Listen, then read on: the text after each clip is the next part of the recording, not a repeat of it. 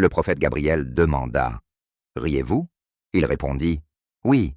Le prophète demanda « Quand » Il répondit « Lorsqu'un être humain est créé et de sa naissance à sa mort, il recherche quelque chose qui n'a pas été créé en ce monde. » Le prophète, surpris, demanda « Quelle est la chose qu'un être humain recherche qui n'a pas été créée en ce monde ?»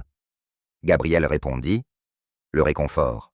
Dieu n'a pas créé le réconfort en ce monde, mais dans l'au-delà, l'homme est toujours en quête de réconfort. Un enfant demande « Quand grandirai-je » Un jeune homme dit « J'aimerais redevenir un enfant. » Un vieil homme dit « J'aimerais redevenir jeune un jour. » Une femme mariée dit « J'aimerais redevenir célibataire. » Une femme célibataire dit « J'aimerais me marier. » Une personne sans enfant dit « J'aimerais avoir un enfant. » Celui qui a des enfants s'irrite et dit « J'aurais préféré ne jamais en avoir. » Celui qui a épousé une femme cherche à en épouser une autre en quête de réconfort. Tout le monde recherche le réconfort. Mais le réconfort n'existe pas en ce monde. Nous devons nous contenter de ce que Dieu a écrit pour nous et l'en remercier. Nous savons que notre réconfort réside dans l'adoration et l'obéissance à lui. Gloire à lui afin que nous trouvions le réconfort dans l'au-delà. Alors, pleure sur toi-même. Quiconque abandonne la lecture du Coran 3 jours sans excuse sera traité de déserteur.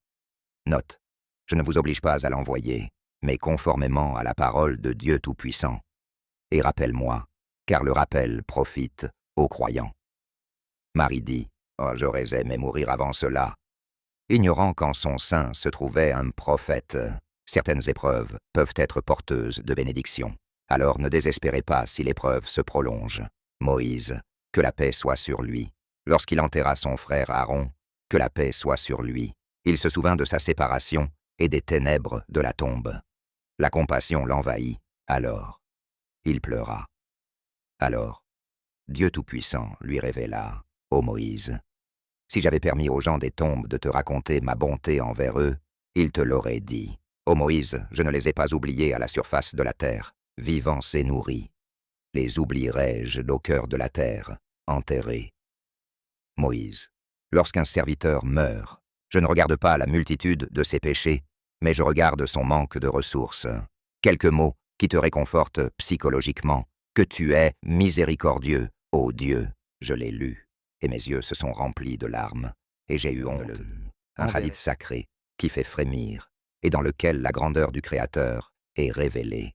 Le Tout-Puissant a dit, ô fils d'Adam, je t'ai placé dans le ventre de ta mère, et j'ai couvert ton visage d'une membrane, afin que tu ne sois pas repoussé par le ventre.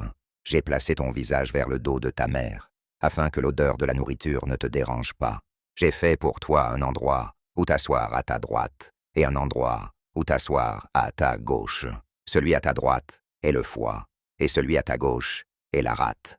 Je t'ai appris à te tenir debout et à t'asseoir dans le ventre de ta mère. Quelqu'un d'autre que moi est-il capable de faire cela? Alors, lorsque ton terme fut accompli et que ta création fut parfaite, j'ai inspiré l'ange à travers les utérus pour te faire sortir. Alors il t'a fait sortir sur une plume de son aile. Tu n'as pas de dents à couper, pas de main pour frapper, et pas de pied pour marcher. J'ai envoyé pour toi 2 veines délicates dans le sein de ta mère, coulant du lait pur, chaud en hiver et froid en été. Et j'ai répandu ton amour dans le cœur de tes parents.